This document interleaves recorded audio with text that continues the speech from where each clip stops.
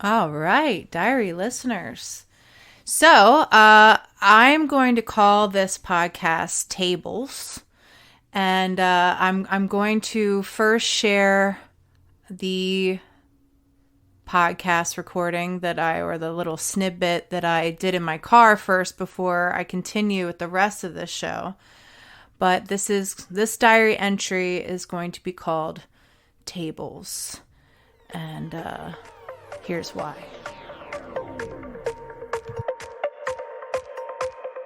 Welcome to the Apprenticeship Diaries, where raw meets refined. Let's be real, we're still working on refining.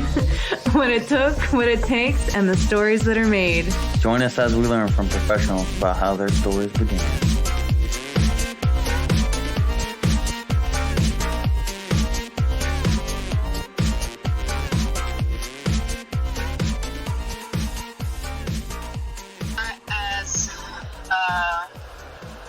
Today, so I'm hoping that I can record in my car, at least starting this podcast here. I started ranting in my car like I usually do, and I realized I made an agreement with myself that I wouldn't just rant in my car without recording it and sharing with you guys the ramble jams that go in my head. So this week I actually visited another person's church that I know, a friend of mine, my friend George. I met George through a fellow co-worker who used to be our front-end person at Tattooed Heart Studios. And at Tattooed Heart, I was kind of at the height of my tattooing prowess, I guess you would say. Like, I was really getting elite. People were like I was hearing from friends of mine that I was kind of a minor celebrity because there were people who wanted to get in with me, and because they didn't have a personal connection, they were finding it really hard. And so I had just come back from a guest visit to Powerline Tattoo Studio in Cranston, Rhode Island, and I had gone to this antique mall that they have there. By the way, Cranston, well, all of Rhode Island, which is very small. Cranston is teeny, but freaking Rhode Island is a small state. Like, you can be across the whole thing in no time. And that's a lot coming from somebody who's a Marylander. Maryland, if we're long, we're not huge. We're just long, and we have lots of different, I guess, geological landscapes. I don't know what you'd call it. But anyway, I visited, getting back on track, I visited an antique mall. Now, when I go to places that I don't live, I roam around. Like, it might not be what most people consider a vacation, but it is for me. I like going, and I kind of like sourcing somebody's, how they live, you know, like what their rhythm is, and kind of get a sense of it. And Rhode Island, like I was saying, is a place where you can find mad antiques. There are lots of great antique spots. So I was in Rhode Island, and I went to this antique mall, and at the time, they had everything. They even had like a stuffed lion, like a full body lion, which wasn't as pretty as the zebra head that they had there. And I was just like flabbergasted by the zebra head. And the zebra head cost, I think it was $3,000. And I was like, Jiminy Crickets, like that is a lot of money to put on a head. Like, and then I'm thinking, and it was so well preserved. It looked like a zebra was like looking through the wall. Like, it looked alive. The zebra head was so pretty. So I was thinking about it, and I was also thinking about the fact that it was in an antique store. And, you know, I actually talked to the front end person at the antique store, and I was like, wow, you know, this zebra head is gorgeous. And she's like, yeah, it's really hard for us to move taxidermy, actually, because, you know, we have people that are so much about game hunting and whether or not it's okay. And I said, well, I mean, it's not, I was like, first of all, it's not like we have zebra like free roaming around the United States. It's not like you can just get a zebra head. Like, it's... And she's like, yeah, and on top of this is an antique spot, so it's not like this thing was killed within the century. It didn't even really occur to me, but, like, this zebra head not only was so beautifully, beautifully taxidermied, but it was so well preserved that I was like, it was totally worth the $3,000. And it was also, at a time in our history when, like, the whole way that we approach things was different. It's like a slice of history, like a lot of the rules and a lot of the attitudes that we have now towards game hunting were founded in that time of when the zebra was killed and when it was mounted and everything. And there, a lot of the reasons why we have more shackles on that and more observance of how wrong it is because of times like that where it was just a lot more prevalent. But, in my mind, I didn't do it. I didn't kill the animal. I can just appreciate the thing it is now. It's just so beautiful, and all the different steps that took for it to get there and to be like that. And it was just stunning. So that was a long story about the zebra head, but it's very pivotal as to why I went to a different church today. And let me tell you why. I came back from Rhode Island and I was all hopped up. I was like, you know what? I want a zebra head. And I told Bryce, my friend at work, the front end person, I said, Bryce, I want a zebra head. I really, really would love to have one. Maybe I can trade a tattoo for a zebra head. And he was like, well, my friend George, he's been wanting to get tattooed by you for a really long time. And he probably can get you a zebra head. I'm not sure, but I'm pretty certain that if that'll get him in front of you, and that's what you need to get in front of you, he'll get you a zebra head. And I said, I will straight up tattoo whatever your friend George wants for a zebra head. And he was like, all right. So within the day, Bryce had communicated this to George. I'm now home, by the way, so I'm just going to sit here for a second because the last time I did this, it cut me off and I was talking to myself and not recording anything for forever. So I'm just going to keep recording and I'll end this when it feels organic and when I guess start feeling guilty about running my car at a standstill, which, by the way, does burn more fuel, guys. So not an economic thing, but I'm doing a lot of gestures today that are not the usual for me. So there you go. That. So within the day, Bryce had contacted George. George had gotten back to him. He had ferreted out where there was a zebra head locally. Now it wasn't as pristine, not nearly as pristine as the zebra head that I had seen in Rhode Island. And I can't imagine it was anywhere near the cost of it. But it didn't matter because it wasn't like a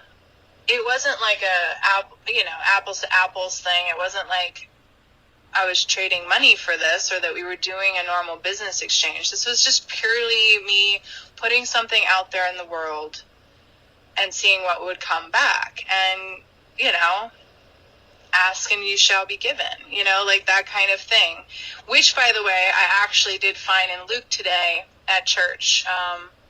It wasn't pointed out in the sermon, but I read past what the sermon was talking about because I actually attended 2 services today. Because I wanted to spend time with my friends, and they don't have as long and drawn out as a church thing as I do, and their church is way different, which I'll talk about more later, I guess. But I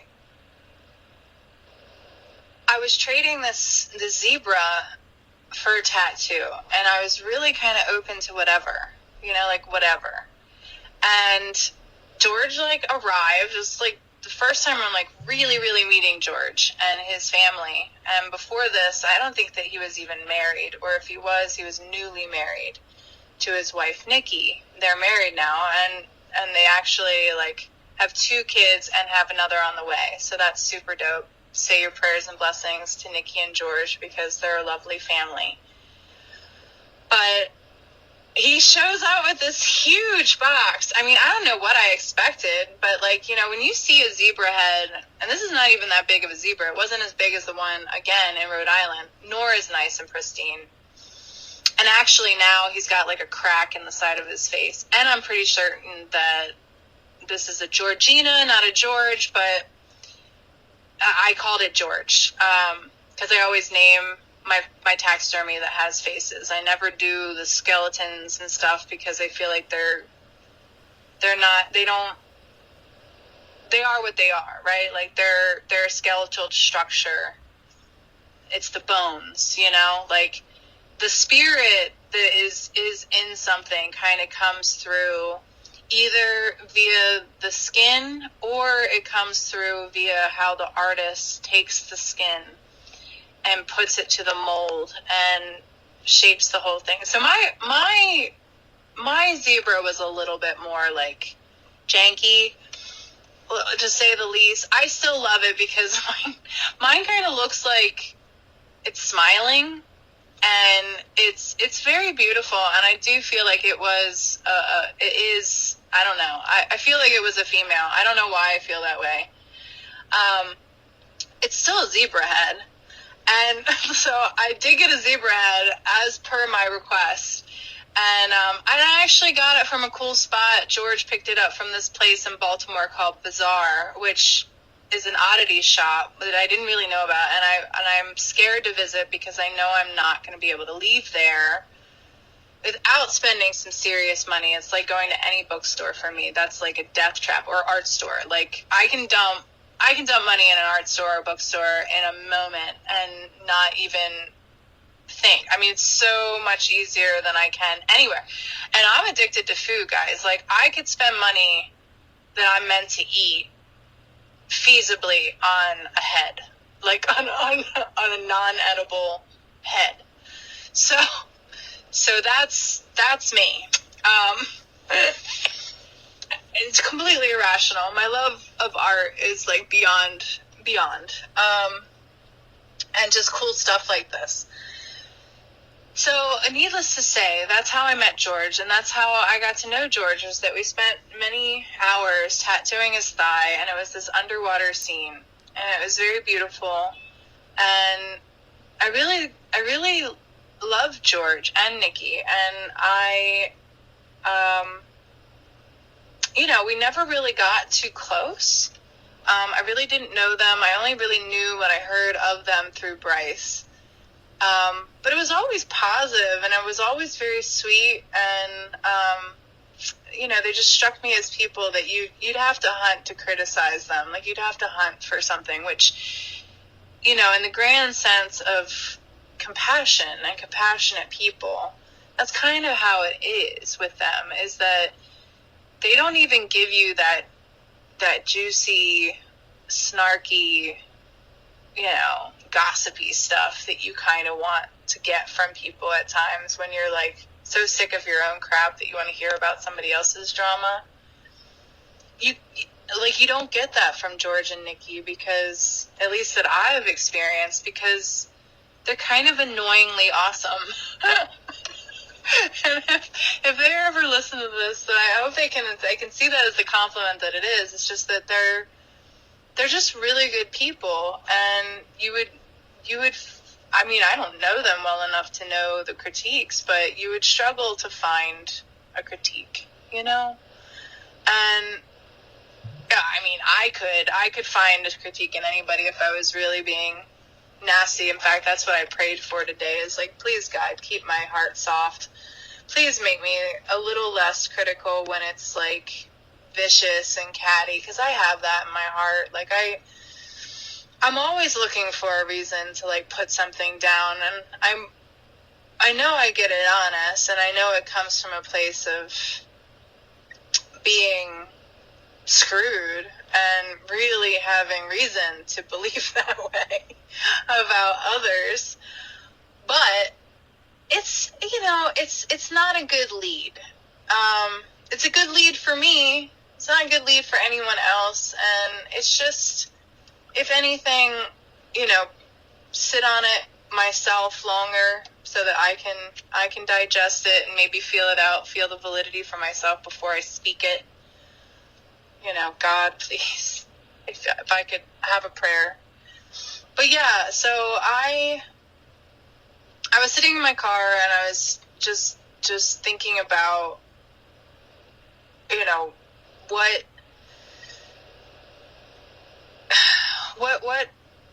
what transpired to get me here, what are differences between my church and George's church, and like all the things that have happened to me in the years since we've met each other. I mean, clearly with George, he was, like I said, I think they were engaged. I don't even think they were married yet. I think they were engaged. So that was before his kids, and I think his oldest, she looked like she was like, I'd say 5. So, we're talking some years. She might even be older than that, and she might even be like 6 or 7. I'm not sure. She was so cute. She had a lot of George in her.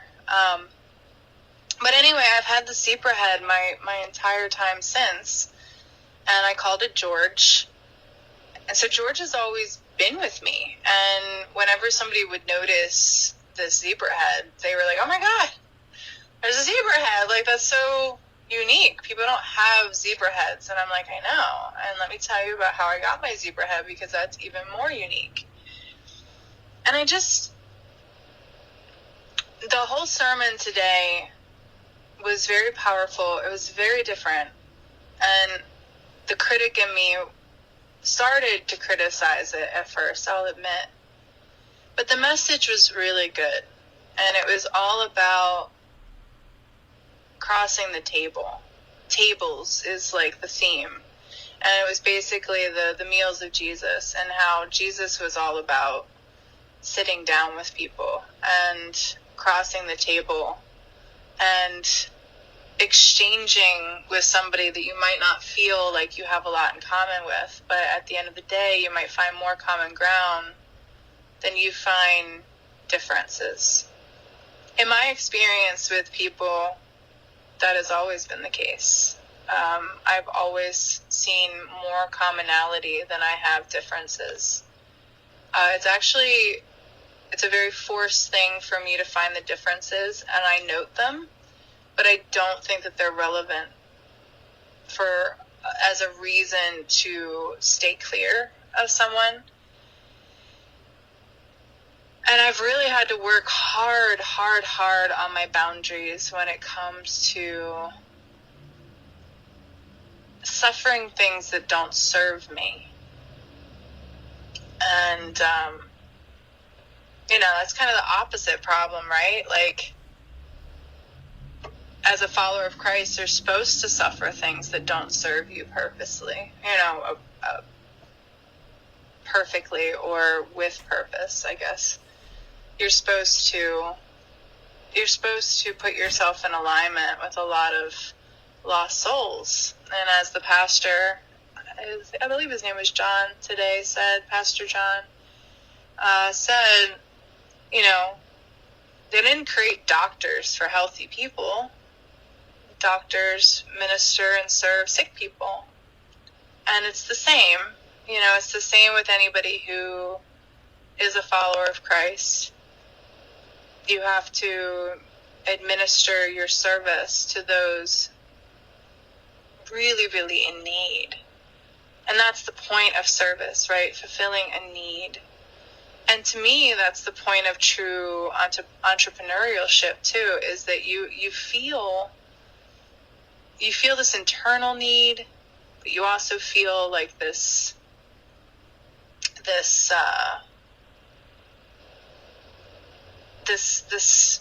gap in what you perceive in life that demands kind of your being to rise up and fill that gap. And we're all called to serve in some way.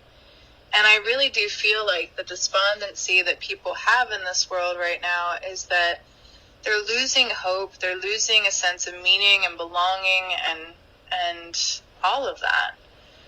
And they're really not able to see what they can do or where they can serve.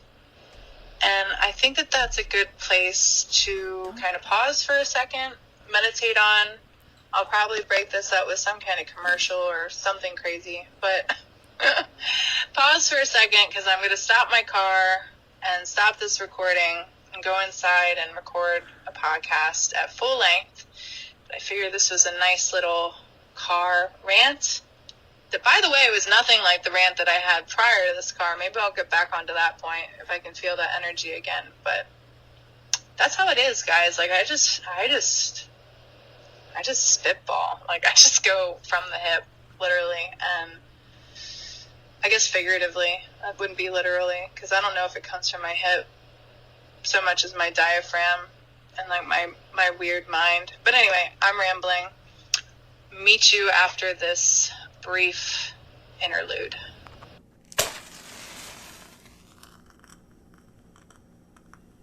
Okay. Part of the mission of this podcast is to share really awesome people with all of you. So go check out Eden Health. This is my friend John Simmons' company. Through it, he does acupuncture, nutrition, microneedling, light therapy, but it doesn't stop there, everyone. He's a wealth of knowledge, and I welcome all of you to meet him, go talk to him, reach out to him. You can find him at edenhealthmd.com. Back to our podcast. All right, so you get kind of a sense of what's going on there. To continue, I want to pause for a second because yesterday was September 11th, and I had a really great day. As we just left my little commercial for Mr. John Simmons, I actually recorded a podcast with John yesterday, and he ended the podcast probably the best that I've ever heard anybody end a podcast, but it was in remembrance of September 11th, which I completely blanked on, and have the benefit of being reminded. We'll never forget, but I did. Be reminded of the potency of that day, and that's per my friend John, and it's just one of many, many reasons why he's in my life. He's such a potent figure at this point, and so healing for me, and that's just one of many ways. So next week, look forward to hearing my friend John. I can't account for how the audio was. It seemed like it had moments of dodginess, so expect something that was a little more raw because I went on location, and when you do that, you're not in a recording bubble. I remember, this is a segue hard. I remember when I was first at Tattooed Heart Studios, my former boss John, another John, lots of Johns, my boss, he got really into, there was all these apps, I think there was like these auto tune apps that you could use, and John thought it was really cool, so he would go into our dirty room, which is basically where you clean all of the reusable gear that, your tubes and things like that you would tattoo from a traditional tattoo setup, and there was an autoclave and all this stuff and a dirty sink, and you call it the dirty room. Well, he would go in the dirty room, and if we were ever too loud, he would scream outside, and he'd be like, I'm recording, I'm in the booth, I'm in the recording booth.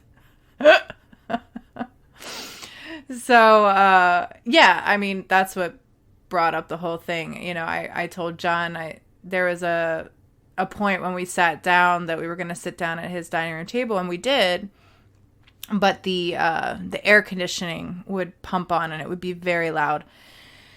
And not for nothing, I mean, he raised the temperature in the house to make it a little warmer, and it didn't help the situation. It was a relatively hot day yesterday, so the air conditioning would kick on intermittently throughout our podcast recording, but whatever. You guys are used to the deal. I mean, at this point, you've kind of felt out and journeyed with me in a lot of different ways, through a lot of different material, which is another segue, actually. I was listening to Matt Walsh's podcast recently, and they changed a lot about his podcast, which, whatever. I think you gotta have fun. You gotta change it up here and there. But they changed the intro to his show, and I have to admit, I am pretty attached to the old one, but that's kind of what I love about Matt Walsh, is that it's like this, it's like anything, right? Like you kind of, you get a feel for what you're into, and, it's your brand of something, and you're kind of stuck on it. And, I think as human beings, we resist change. So the new intro is fine on Matt Walsh's show. It kind of probes an insider kind of knowledge about him. He has a banjo on his wall. I don't know if he actually plays at all, but it's speculatory as to whether or not he plays a banjo. So, you kind of get they kind of added that spin-off to the whole feel that is the Matt Walsh Show. And, I, as an artist, as a creative, I appreciate the change. But the reason why it kind of came to my mind in terms of this show is that he had to, at one point, defend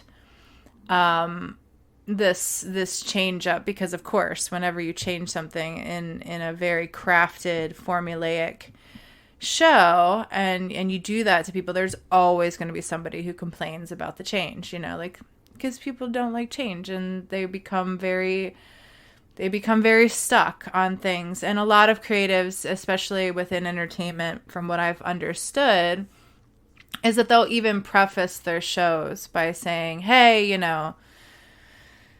just so you know, I'm going to play some new stuff first, and then afterwards I'm going to leave a little bit of time for you guys to shout out requests, and I'm going to take requests from the audience. And it even goes as far as that in comedy too. Like, I've heard comedians now say that I mean, you think that you hear a joke once and it's just going to hit, but like you do get very addicted to how people craft their art. It becomes stylistic, and again, getting back to this show, I feel like I haven't given you guys any kind of baseline to count on. This show has changed so many times that if you're still here, you're definitely somebody with a much more wild palette for being all over the place and never really counting on anything, kind of managing your expectations, and kind of coming for that particular, oh, that's what's going on today kind of thing. And it's all very organic as far as I'm concerned. I want you guys to know that the mere truth of that is that I have just continually played with this medium. It's all very organic and just experimental, and I'm just shooting from the hip and showing you guys how you do that, I guess, and just embrace the inadequacies of a lack of consistency, I suppose. So, September 11th, I appreciate very much so the sacrifices of the people who charged into those buildings, not knowing what would befall them, the ones that lost their lives, but also the people who didn't, the people who continue to live and have to grapple with the horror every single day and move on with their families despite knowing what they know about all of that. And it's very current today too, because you have, people of the same kind of service to our lives as people, doing that continued work in places like Maui right now, where you have natural disasters and these people who have to heavily take on the burden of what, of just natural disasters like that, or disaster of any kind, and what they psychologically have to suffer. For the people who were working in the buildings that lost their lives, I do remember where I was in 9/11 times when it occurred. I was sitting in a illustration class in college, and somebody rolled in one of those TVs that were like on stilts, that were on wheels, like they did in the old days. And they actually had that, and they just turned it on. They were like, oh my God, this is happening, like this is live. And we all watched as the second plane ran into things, and then students jumped up because a few of them were from New York. And, we were hearing about it all in real time. So, I didn't ever hear about whether or not anybody that I went to class with actually had people that were close by or working in those buildings, or God forbid lost anybody. But for the people who did, God knows those families have to live past this, and they really can't forget what happened, because they were so personally affected by what occurred. So for that tragedy, I hope to give this bit of a moment of the podcast in just remembrance, and praise God for John Simmons, who helped me remember. Isn't he awesome? So, to continue with what I was saying in my car and kind of this whole idea of tables, I was constantly asked at George's church, like, what my church was like. And it's very different. Very, very different. It's a lot smaller. It's very personal. And it's like a country church setting on private property, and you kind of don't know unless you know somebody who goes. And it's very biblical, very, very girded by the word of God, directly the Bible. And so it was like I said in the forwarding recording in my car, I really did appreciate the sermon. I thought it was very nice. I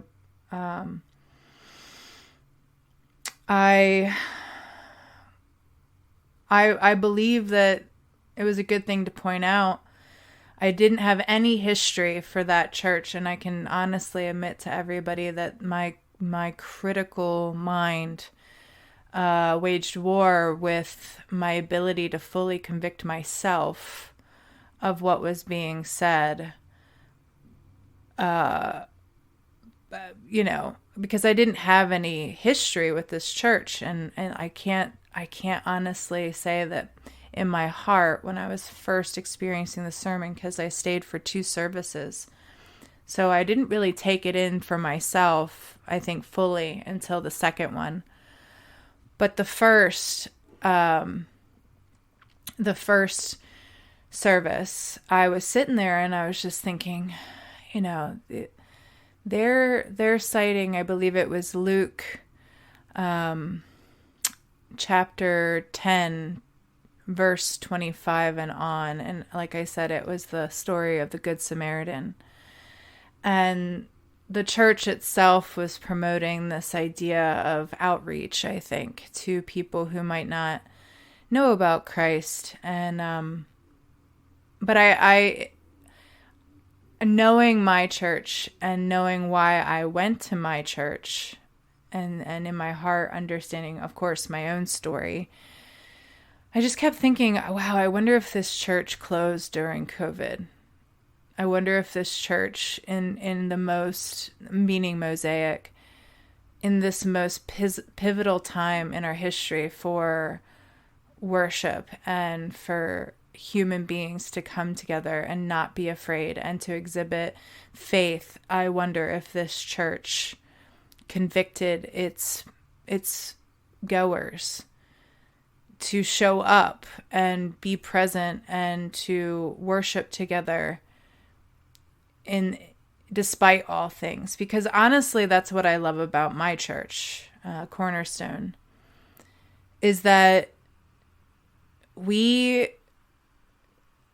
I feel like it's like Christ. I feel like we exhibit everything that Christ would kind of be like, yeah, man, you get it. Like you're getting it. And part of being a faith follower is kind of being a rebel.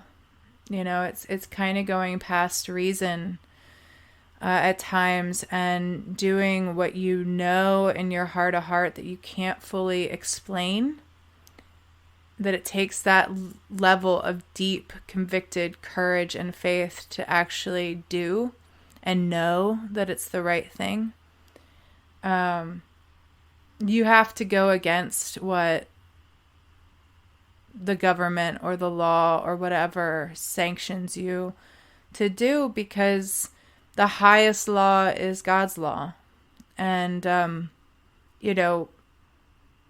it came down to COVID, all of the law, and I don't know if most people know this, but there was so much law breaking that happened. First of all, like our state, Maryland, our governor cannot suspend the Maryland Constitution. That's not within his power to suspend that. It's the very thing that he took an oath to protect as a governor.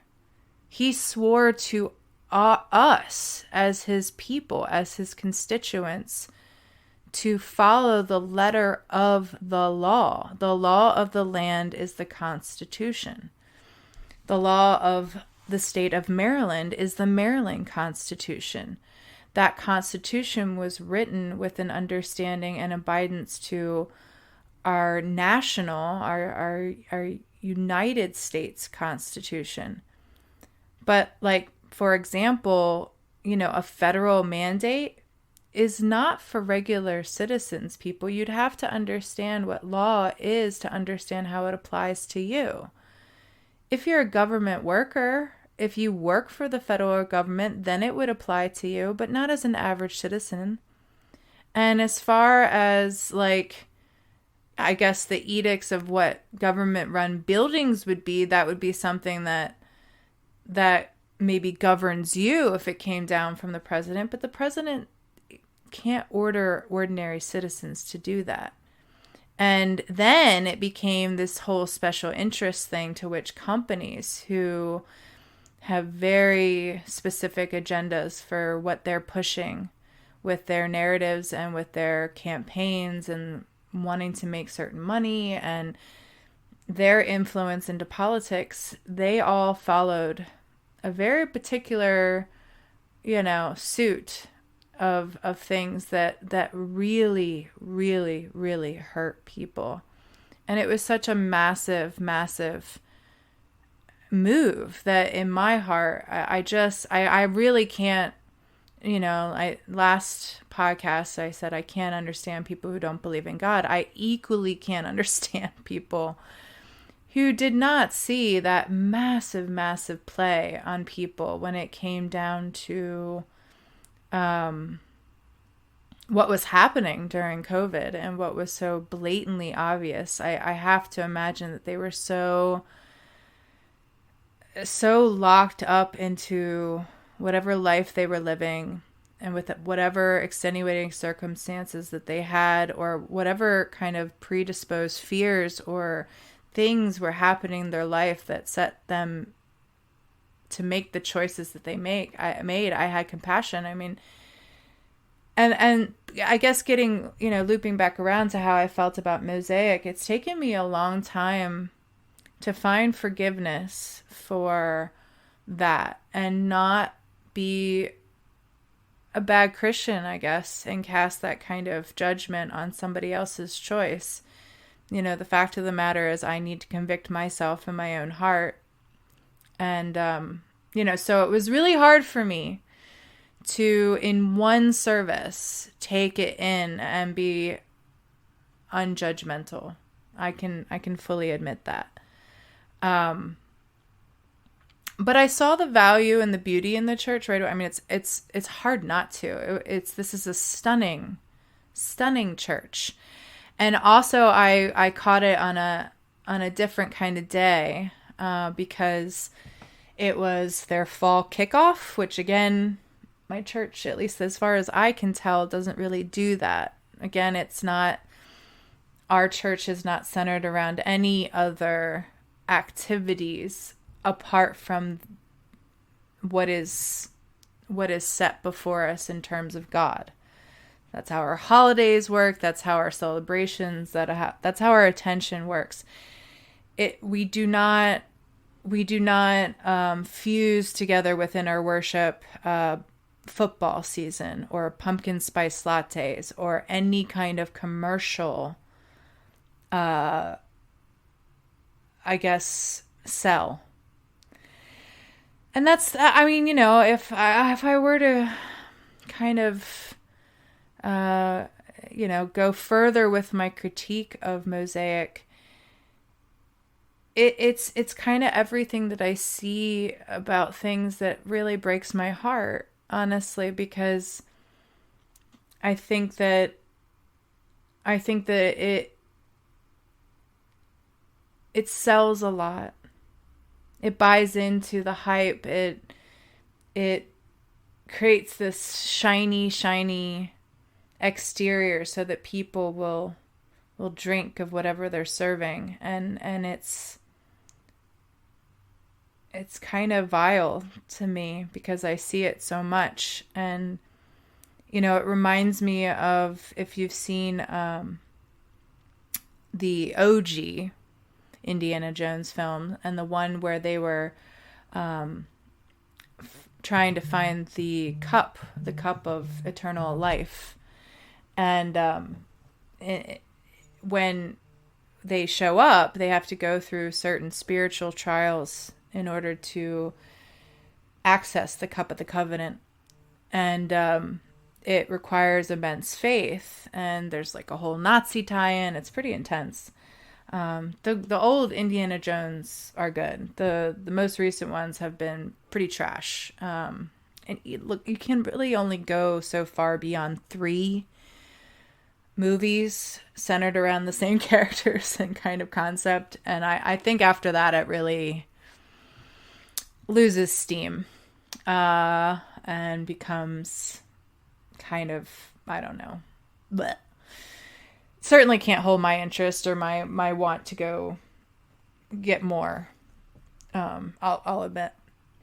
But within that, there's this blonde who, very beautiful woman, and she comes out as a spoiler, by the way. Like, you're about to hear a spoiler if you haven't seen this movie. But she basically is revealed to be a secret Nazi sympathizer, and she is asked to, as like, I guess a historian, because I think that was her expertise in the whole thing, and the reason why she was involved in this. She was kind of like like an expert within that field, and she picks out this cup that's like gold and chalice, and it's all like beautifully ornate and kind of has a look of like royalty, and she's presenting it to this Nazi who is about to drink of it. And through access to this cup and drinking out of this cup, he accesses eternal life. I mean, of course, it's not known that you can't access eternal life forever without an ultimate sacrifice, which is illustrated by the Knight Templar that actually guarded the cup. So she picks for this guy. And this should teach you a big lesson. Dude, don't ever fucking trust somebody who says they're an expert in something and drink after their choice. You know, make your own fucking choice. You know, like, if you're going to drink from a cup that could either give you life or give you death, make your own fucking choice. You know, that's a big life lesson. That's a big, like, thematic kind of thing that we all went through with COVID. Like, don't let somebody else make your choice for you. It gives you no solace to be the type of person who even survives something and can point the finger at somebody else and say, they made me do it. That's empowering to you. No. Nobody made you do it. You made a choice and you live or you die with it. And if you die with it, honestly, you might even get off better than living with it, because living with it means that you're going to have to keep learning, and the extent of that knowledge and learning might actually be pretty awful. So choose well. And so he drinks of this chalice that she picks out for him, and it's, you know, at first you think, like, there's all this music. I love those old films. They were very good with their musical choices that just kind of put you into the film. And of course she chose wrong, and the guy, like, fucking dies, like, brutally, screaming the whole thing. It's like the life force was literally, like, sucked out of him, and he was, like, instantly brought to bone and ash, and, like, you saw what happened to him as if he were just instantly put into a grave and aged like 100 years. So that's kind of what I felt at Mosaic. And then, you know, if you continue to watch the movie Indiana Jones, of course, being an archaeologist and being somebody who is spiritually convicted and knows the real history of things and doesn't aggrandize it or need it to be something flashy. He is interested in what is real. He is interested in the truth. So the truth would imply that the cup of a carpenter would not be something fancy or showy. It would be something wildly, just basic. It would be a basic cup. And he finds pretty much the most basic cup he can find. And you can see after he just witnessed what happens if you choose wrong, the just unbelievable amount of like, whoa, about what he's about to do, because he doesn't ask anybody else to pay for this choice that he's making. He's willing to drink of this cup himself with his own choice. And after he drinks, the Templar Knight says, "You chose wisely." And so that's my take home of Mosaic. And but I don't want to be a bad Christian. I want to be a great Christian, and the reason why I went was to be a great Christian and to be in pursuit of this idea that the church actually spoke about. And the church was actually, I think, trying to, Mosaic meaning, bring to itself, which was the sense of community. They really, really, really want to bring Christ into people's lives. And when I stuck around for the second service, I think I was able to really feel that and hear that and enjoy it more. I will say that like I said, that it was a very bombastic kind of church. It was like going to a concert. And I'll admit this for my personal preference too. I like my mornings to be a lot more quiet. I am not a person who likes a lot in the morning. I like to, I mean, I might be able to mentally take on a lot, like, because I'm pretty mentally fresh after I wake up.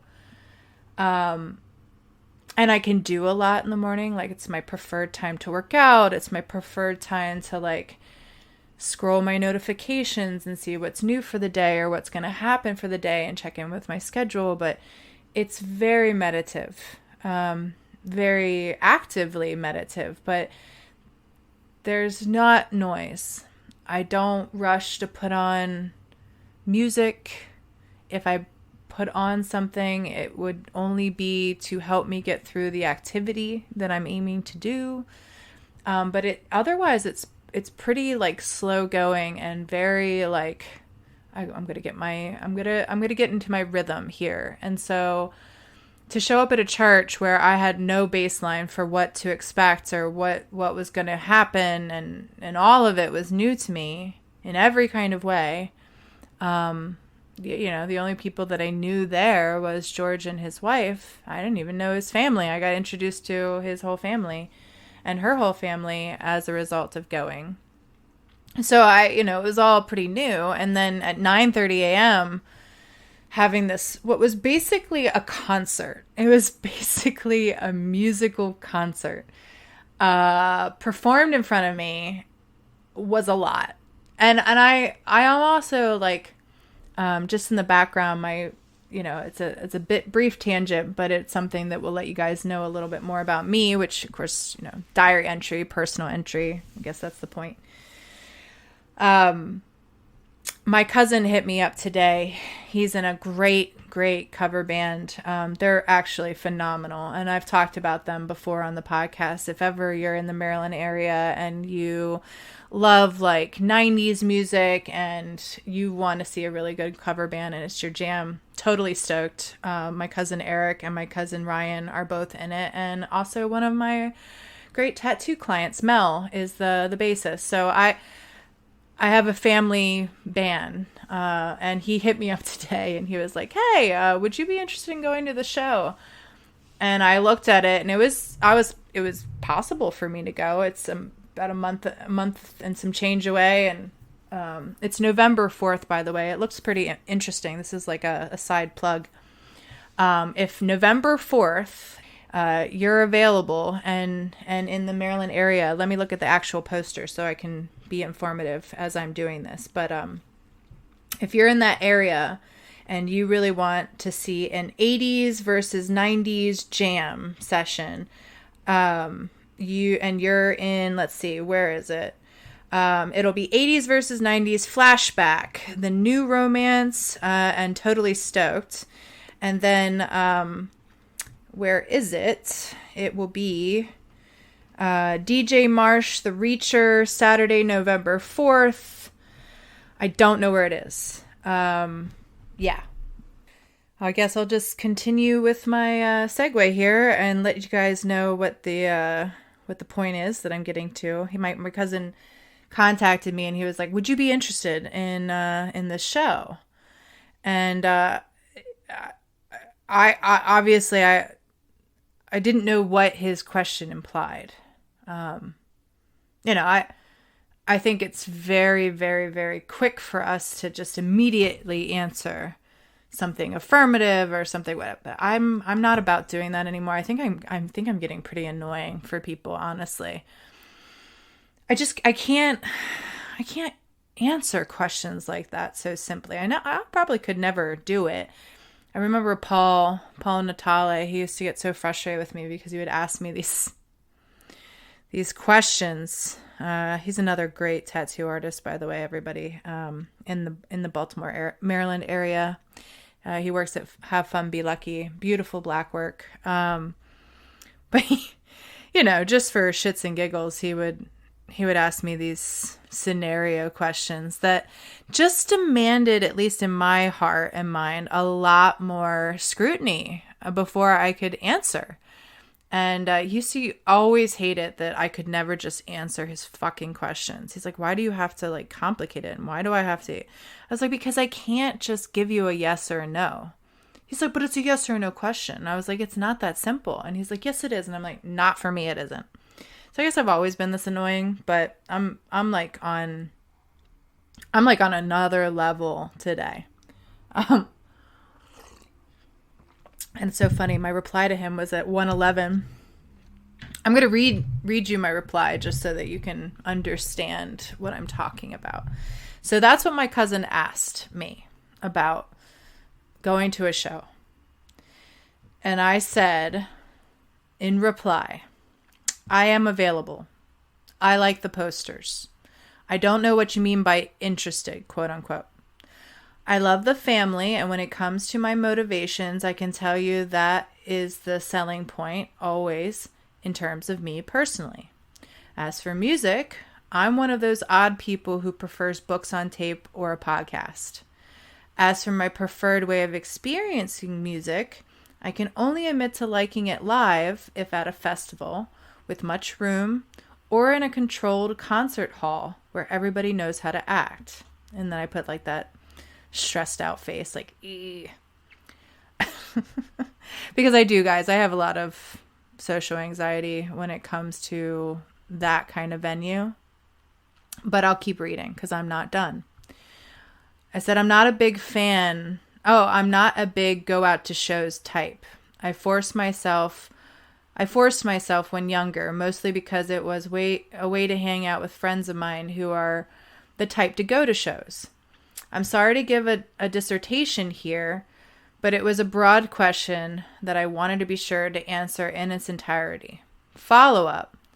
Is this a show you'd like me to show up for because it's a big exhibition and it would be good for the band for me to do so? If so, I would and could attend. My cousin is yet to get back to me. Because I know he's probably like, the fuck is this shit? Like, sorry for all the cussing too, by the way, guys. Like, I've really not been able to conquer that goal of mine. I really do like cussing. And I really don't think that this is a podcast for kids. Like, that was kind of my aim before, was like to be a little bit more ginger with it. But I think earnestly, you have to be the type of person that if you're truly in the pursuit of truth and getting to the truth and suffering the kind of things necessary in order to learn about people and truly walk the path of somebody who aims to ultimately know and, you know, just hunt for information. You're going to have to palate a lot of things you're not really interested in. So I'm sure my cousin is like, what the hell is this? But to get back to my point, I'm not a big show goer, even if it's my family. Like, I love that when I show up to family gatherings that there's a lot of musicians in my family, and that's a feature of the gatherings that we have. Like, I've even gone to funerals where people show up with their musical equipment and instruments, and we all kind of jam together. And it's very nice, you know, to have a family that's centered around that as a tradition. But as far as like the kind of show that I know my cousin is performing at, that's not my venue. And even if it was any kind of concert, kind of stadium situation, I'm not really about it unless it's like old people music, unless everybody's like content with sitting in their fucking chair that they paid for, not getting crazy, not drinking too much, not bashing into people's spaces and running around like morons. Like, I can't handle it. That's not how Mosaic was, by the way. It was a really, really, really good musical performance. The musicians were incredible. People did stay where they chose to sit. They were standing for the first part of it. So it was, it was kind of like, wow, I got to stand already. Which there's a lot of sit stand in my church, and we definitely are asked to stand when we all partake of the hymns. There is a band kind of set up in the front of our church, but it's not epic. Like there's very mild audio equipment, and you can tell there's there's very off the cuff mild practice for what's about to be performed too. Like everybody's kind of riffing off of each other at my church, and it's kind of cool. I mean, I enjoy it. We're definitely not polished, but Mosaic was polished, and it was super stadium-esque. I mean, beautiful setup. I mean, it was like a theater that I was in, and it was set out to be that way, and it was a bit overwhelming. I attempted to do some math about the section that I was in regards to how many people were there. And just in my section, now not every seat was full, so understand that much. I was just doing like a seat count per row and how many rows, and then I was multiplying it. So it was probably less than what I even equivocated to, but try to picture a theater where there's 3 sections, a middle section, a right section, a left section on the base, on the ground level of this room, this theater room. And then there's like stadium seating above you that you have to walk upstairs in order to get to. And there's a middle, right, and left section there. I was on the middle ground section, and that's what I counted. So I'm only accounting for 1/6 of this place, of this potential seating. And from what I counted, it was about 140 plus seats available just in my section. And it was a pretty packed room for both services. So, do the math when it comes to that. That was a lot of people that attended this church this past Sunday. So, I was like, I was kind of out of my like depth a little bit with like just how many people were there, how loud. I saw upon walking into this auditorium space, earplugs. Like they were giving away earplugs, and I was like, holy crap, am I going to need earplugs?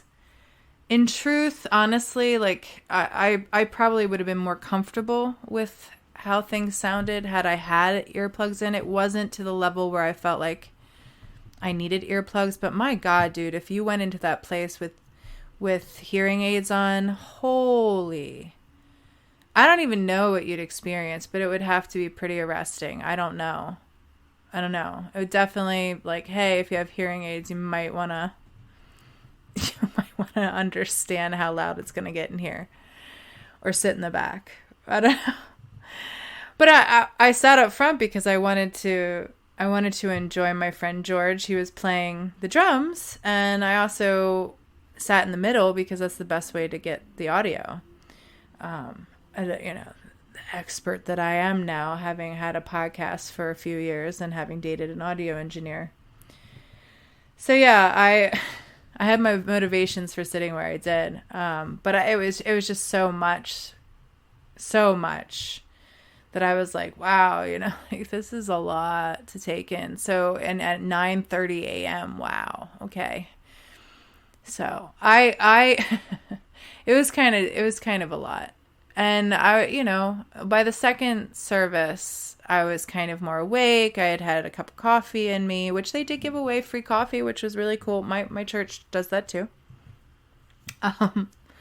Coffee is kind of an essential. If you're going to ask anybody to show up super early in the morning, you might want to make sure that they've had a cup of coffee. And it's a cheap enough thing to offer people as an incentive to attend church. A free cup of coffee it's pretty legit, I mean, given the fact that people spend like upwards of like $5+ for a cup of coffee when they're buying it, to offer a free cup of coffee, that's a pretty good incentive thing.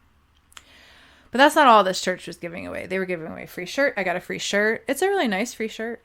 I got they were giving away koozies. I did not take a koozie because I'm not a big drinker. And I felt like that was in the spirit of the whole tailgating sports thing and drinking thing. And again, like I'm just not a big drinker. And I also, when I do drink things, I try to drink them out of things that stay cool on their own rather than having to put I have so many koozies, guys, that I never use because I don't drink out of a can very often. I did last night because we got free crabs and I chose to have a couple beers, which never happens nowadays because I'm fairly convinced that gluten isn't good for my system. I'm kind of paying for it today, to be honest. But yeah, it was nice, and as a Mainlander with crabs, like there's no better thing to drink than like a cold beer. I mean, it's just really nice. It was a Blue Moon too, and it is one of my favorite beers, like a nice Belgian white.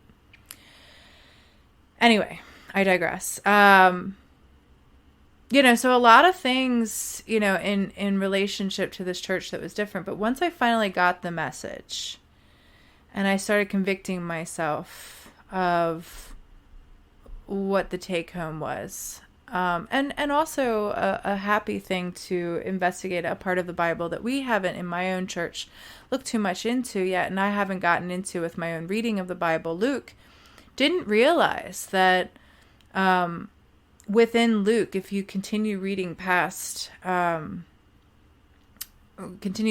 reading the Good Samaritan bit, it's followed by the traditional prayer, Our Father, that art in heaven, hallowed be thy name, thy kingdom come, thy will be done, as earth as it is in heaven. Give us this day our daily bread. That one, that's right after that story. So that was a happy finding. I was like, I probably shouldn't cuss there.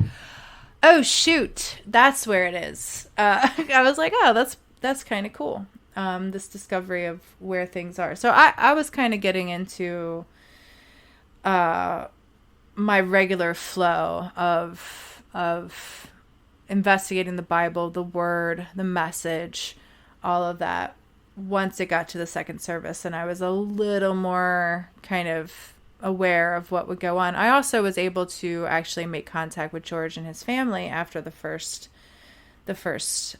service, because I ran into them afterwards. They went from one service to the next. His wife and him were both kind of working the first service, so they were engaged. But after the first service, they were able to actually, well, George wasn't. He was playing drums the whole time, so he was there. But his wife was able to actually, attend the service after she did her bit for the morning half. So it was nice. And I had people there that I could sit with and that I could actually, experience everything. And George and his family, like I said in the beginning, are absolutely lovely. So I can't take a single thing away from them. Every single person that I ran into was lovely. Very, very sweet.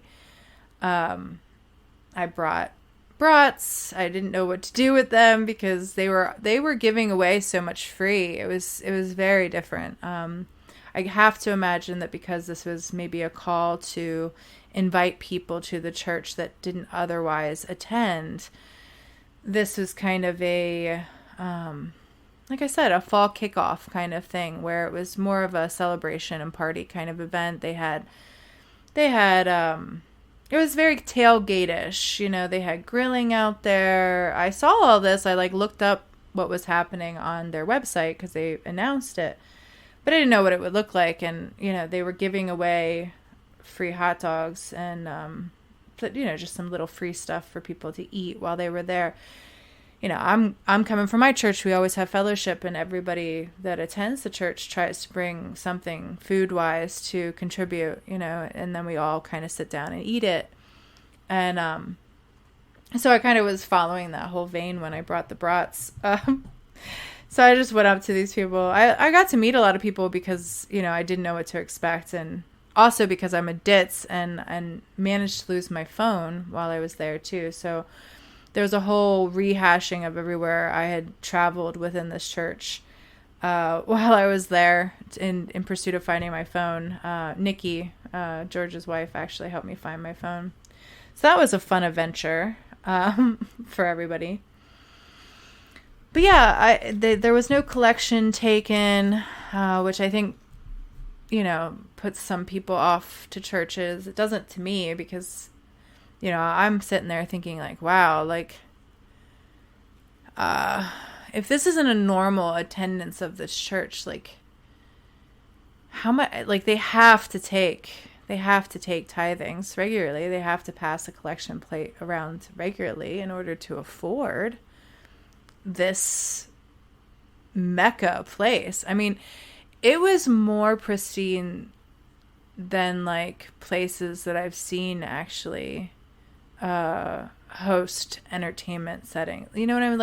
Like stadiums weren't clean like this. They weren't as posh as this. Like the lighting, the everything, the audio equipment, everything looked brand freaking new and so well managed.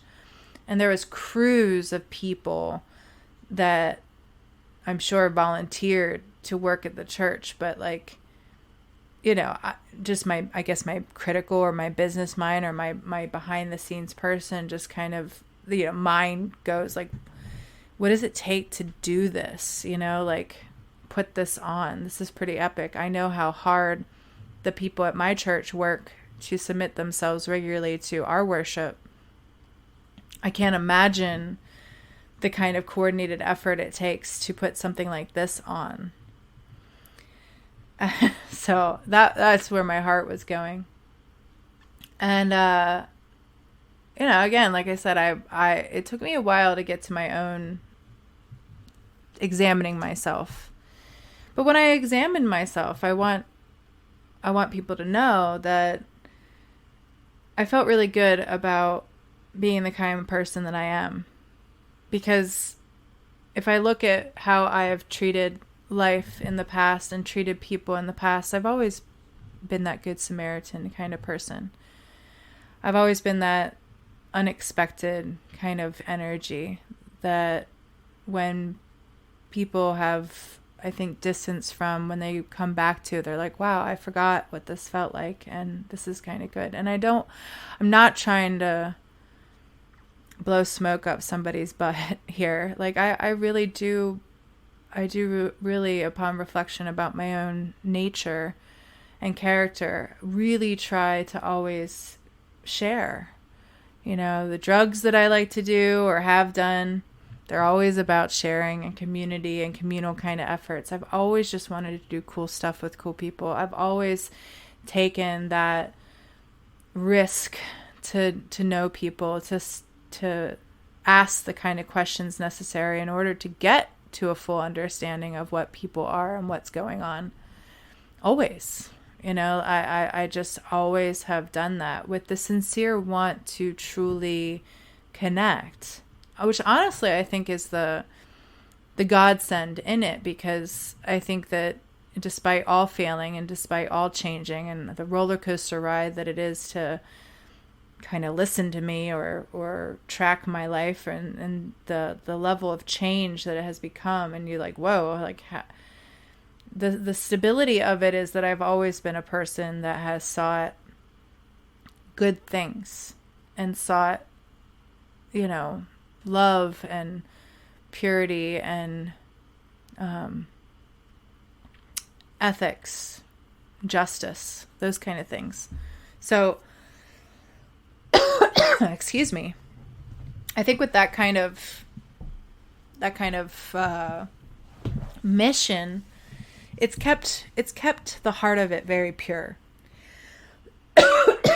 Sorry guys, I might just cut these things out, or I'm definitely going to mute the audio of them a little bit. I don't know what crawled in my throat for a second, but it's getting weird. Go on Instagram, subscribe to Oddball Rifle Club if you're interested in muzzleloading rifles and black powder firearms. Okay. I'm back. I had to take that moment just to take a swig of a drink because I don't know. My throat was getting all gummed up. And to save you guys the need to hear my my drinking and stuff like that, I thought I'd pause there for a second. So I'm back. I'm also plugging in my computer because I just realized that I don't have much juice left and I might actually lose you guys. All right, so getting back on topic, pardon that brief moment. I wanted to share with you guys something else that happened to me. Well, it didn't happen to me. It was something that in general took place on Facebook, which, again, the whole reason why I went to Mosaic was because I put out a post on Facebook. Lots of people responded. George responded. It sent me on a path to go experience another church. But in the background, something else kind of hit my knowledge or my understanding of things. And I saw this post that was made on one of the groups that I'm actually a part of. And I thought I would just share it with you guys because I feel like it's worth sharing. I'm not going to call out the person involved because I don't know her, and we're kind of actively in an engagement right now where I don't feel like that's a good idea to share her information like that. But I think that the nature of this is, educational, and why not? So on Facebook, I belong to a group. I belong to a lot of groups like this, but it's called Parental Alliance for Safer Schools. And it's for Baltimore County Public Schools, and the acronym is PASS. So on this group setting, there was a post shared, and it read like this. And I don't feel bad about sharing this, as I'm not going to share her name. Hi everyone, I was just admitted to this group and I am currently a journalist. It doesn't say it says I am a current journalist student at Towson focusing on the improvement and state issues regarding Baltimore public schools. I am currently working on an article regarding the teaching of media literacy and how it could benefit the students of Baltimore. If you have any input, opinion, would like to be interviewed, or anything at all regarding the topic, please direct message me. I'd love to hear from you. So this probed me because it's like my spidey sense goes up whenever I hear journalist student or journalist period. Anything media oriented, I'm just like, what the hell is this mess? So I of course had to write this woman. It is a woman, I can admit to that. So I'm going to share with you our dialogue because I did direct message her, and I feel like it's worth noting and putting out on the podcast because I was very motivated to write this to her, just as motivated as I am to actually be a part of the group that I discovered her in this post. So this is what I wrote to her. I wrote, I saw your post within the group about safeguarding Maryland schools. I'll be honest, I had to look up the term media literacy. It appears that it simply means to have critical thinking skills. If I can be a bit intrusive, why do you want to be a journalist? Is it a dream job or simply an avenue you hope will lead you to other opportunities?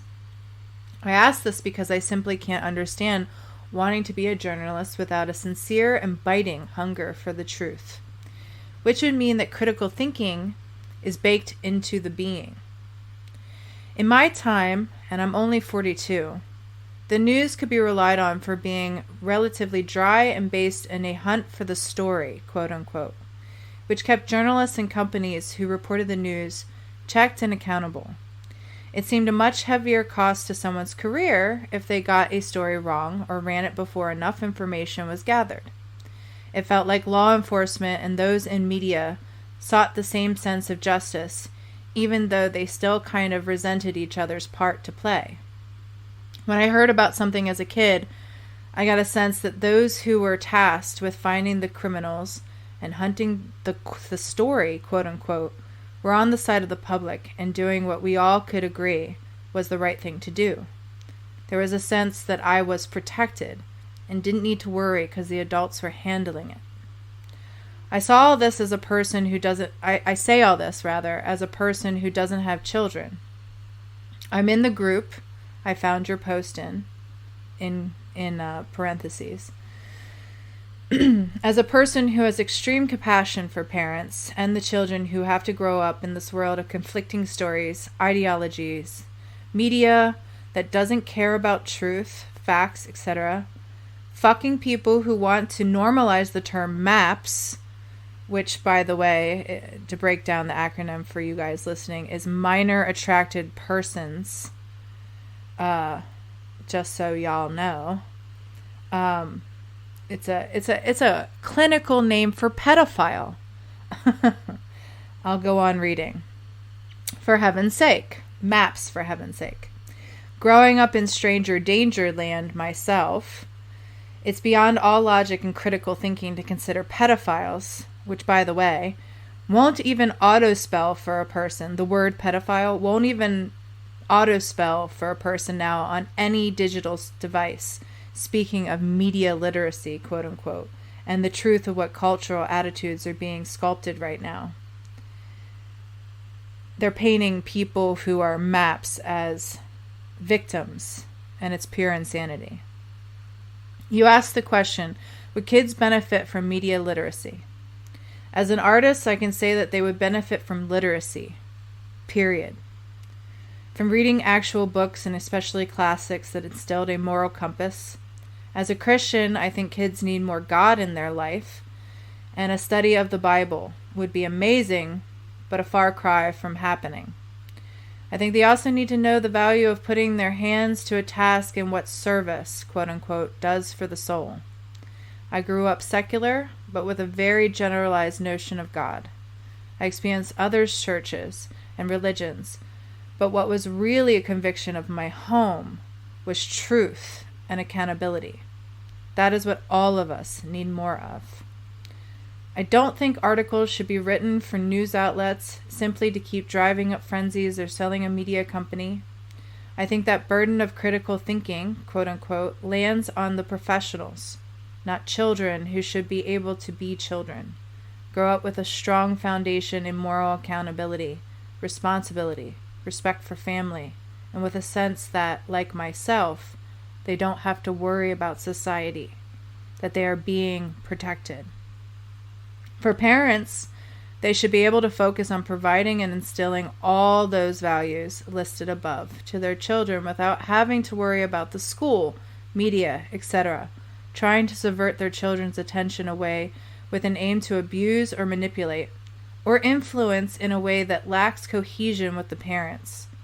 It's too much, and it's too much for me at 42, having lived long enough to compare timelines. Quite frankly, all of this brought me to God. The chaos and the crazy meant that the only rational choice was to go beyond what's here on earth. The only good, quote unquote, I can see at the end of what our media, quote unquote, has produced. Praise God for myself, but with suicide ever on the rise, I don't think it's produced or has been producing, media is what I'm talking about, that media has produced or is producing the same result in others. I see all faith dying for your profession. Truly.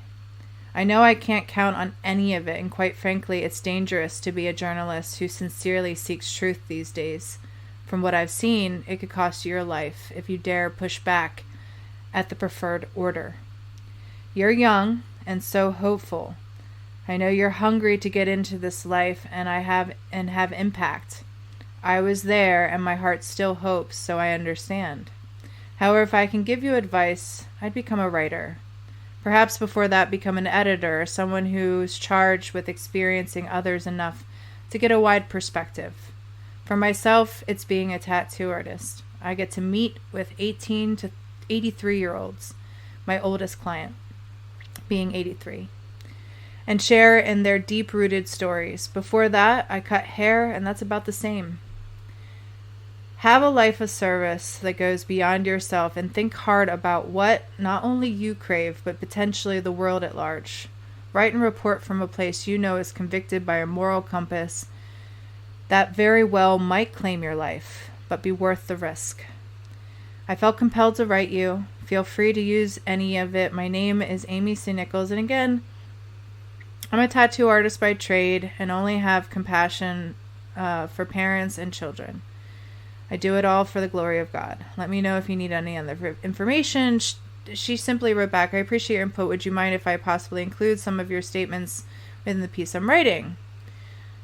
And I wrote back, would you mind if I saw the context of how you used my words before you submitted them? If you're willing to let me read how I'm utilized, quote unquote, then give my consent. If not, I hope my words have helped you formulate your own understandings and will aid you in crafting your work. If not, I would like you to be held solely accountable for what you say. Mostly that's just my distrust. I know I said she could use whatever I wrote, but I don't want it to be taken out of context, like that's a big thing with journalists. Like, they love to splice what you say and use it however they like. I mean, the Bible is a huge thing like that. People cherry pick the Bible all the time, I'm learning. And I used to do it too, so I'm not unguilty of it. But, here's a person who I don't know and who I wrote, and I want to make sure that she's, gonna stand up for her side of things, and I ask enough questions to exercise what I have actually come to understand is media literacy, which is, do a lot of background checking before you agree to let somebody overly use what you write. She wrote a course. If I quote you, then I'll send over the section for your approval, which means the section. Just the section. I'm like, okay. And she didn't answer any of my first questions, like, why do you want to be a journalist, any of this stuff. She's very, brief in her things, which is why I'm reading this to you guys, because I kind of want to have this go out about me, and I want this to be published first before anything is said about me, as just kind of a backup. To have a timeline, a digital print of what's said and not said. And, some accountability. Because, like I said, back in the day, when it came down to media and when it came down to what was said and what was done and how people acted, there was accountability. And there was some actual reverence for what was true. And that's because you can't actually think critically until you have a baseline and an understanding at large of what is true, what is facts. 2 + 2 = 4. It cannot equal anything but that. You cannot base that on anything but a very, very cohesive understanding of what 2 is and what 2 + 2 is, and understanding that it cannot be anything but 4. Hard truths. That's why people love math. It's because it's factual, and you can track it to a lot of things, and it gives you a baseline of understanding of things. So I put a thumbs up, and I said, awesome, how much notice will I get before it needs to be turned in? And if I don't approve, what will be my assurances? Will you admit if I don't approve? Will I be given time to commit? Will all continue to move forward beyond my comment? That's what I meant to say. Let me read this again. Basically, will you admit if I don't approve? Will I be given time to comment? Or will all continue to move forward beyond my comment? And then after my additions, it requires people to read additional information. I ask because of what I understand of your professional study, and I believe scrutiny should happen on the front end of any exchange so as to ensure a trustful relationship ahead. It's a serious matter to use someone else's words, just as it's serious to use others' art, etc. I don't know you, so I hope you can appreciate my hesitancy. Imagine what, as a tattoo artist, things would be like if I didn't make certain I understood fully the boundaries of my clients and made certain they knew my part of the situation. Which leads me to why I'm sharing this, because she didn't write anything else. And we were having a steady back and forth before that. And she's probably just exacerbated about how much I'm making this difficult for her. But here, that's the thing, right? This whole tables thing. This idea of doing what's hard and having difficult conversations about topics with people who might not in the beginning seem to align with you. Doing God's work, basically, and hoping to unite people under a common cause, because that's the aim of the whole Tables project at Mosaic. And that's the aim that Christ had when he took it amongst himself to meet with people over food at a table and have discussions. It requires you asking a lot of hard questions. It requires you doing the work necessary to be clear. And it's a huge investment. And there is risk involved because at the end of it might feel like wasted time and energy. It might actually claim your life. It might actually be the thing that gets you murdered if you say the wrong thing, or, you're with somebody who doesn't know how to handle themselves. There's lots at stake, honestly. But the reward can be so much more, and that's the point, right? Like it's risky to do the right thing, and it's risky to be the type of person who, I guess goes out of their way. And it's hard. It's not easy. And I guess as far as all of this is concerned, to wrap it up, I'm very happy to report that I have always been the type of person that is willing, obviously, to have the kind of conversations that are difficult, to convict my own self, to hold my own self accountable, to hold others accountable for what they do. It takes me a while. It takes me a while to hold them accountable of what they do, because you have to actually experience it for a while, right? Like that's the risk. Spending enough time with somebody to get a clear picture and weigh what you initially feel towards what actually is happening, and really kind of abstractly look at something. So I always try to do that. I always try to be fair. I always try to convict my own self, look at what other people have done, and be very real about it, and then determine whether or not it's something that I will continue to do, whether it's worth the struggle. So at the final wrap-up of that, this will be something that my listeners know before probably anybody else, but I probably won't ever go back to Mosaic.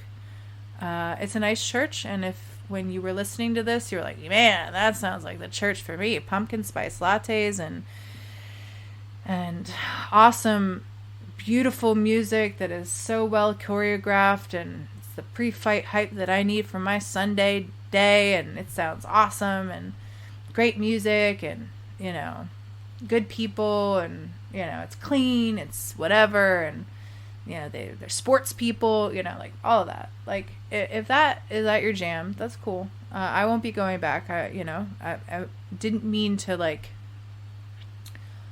I did mean. I gave my honest review. I casted shade, but I'm not trying to tell people what to do. I'm just trying to communicate my heart, as always. I won't be going back. I will try to make time for my friends Nikki and George and their family, because that is what brought me there, was that. And the post that I made about just being kind of flabbergasted about people who do not believe in God. And I guess being so convicted about my faith in God to broach the topic and take the added interest and time to go to a place that I had no wherewithal of knowing about and check it out and risk that time and that all of it. I had to park not going to my church, which I love, and that I find a lot of comfort in and a lot of enrichment in, and not go and go to this whole other church.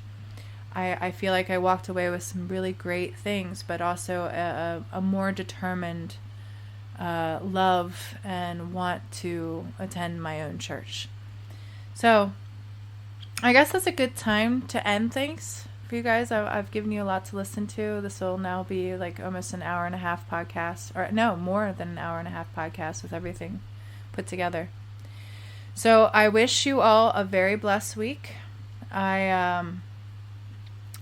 I hope that you'll ask all the questions and just get clear with the choices that you make, and own them and be very happy in reflection that you made the choice that you did.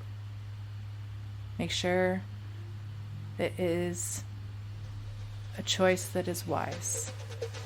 I love you, listeners. Have a great week.